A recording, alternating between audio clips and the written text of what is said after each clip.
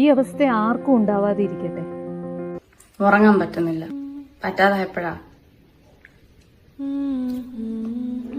ഡോക്ടറിന്റെ അടുത്ത് പോയ കൂടെ നിന്നവരൊക്കെ അറിഞ്ഞു മരുന്ന് കഴിക്കുന്ന കാര്യം. മരുന്ന് കഴിക്കുന്ന കാര്യം അറിഞ്ഞപ്പം പിന്നെ മിണ്ടാറില്ലായിരുന്നു എൻ്റെ അടുത്ത് തന്നെ. പിന്നെ ദേഷ്യപ്പെടാൻ പറ്റാണ്ടേ, ദേഷ്യപ്പെടുമ്പോഴൊക്കെ പറയും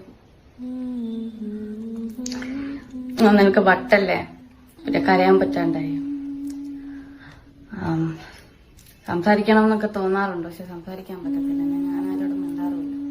പിന്നെ ഫുഡ് കഴിക്കുന്നതൊക്കെ കുറവാണ്. പീരിയഡൊന്നും കറക്റ്റ് അല്ല.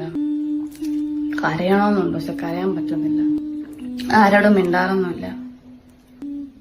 കരയാനൊക്കെ ശ്രമിക്കും, പക്ഷെ പറ്റത്തില്ല. ഞാൻ കരുതി ആ കുട്ടി വല്ല മെന്റൽ പേഷ്യന്റോ ഡ്രഗ് അഡിക്റ്റോ എന്തെങ്കിലും ആണെന്നാണ്.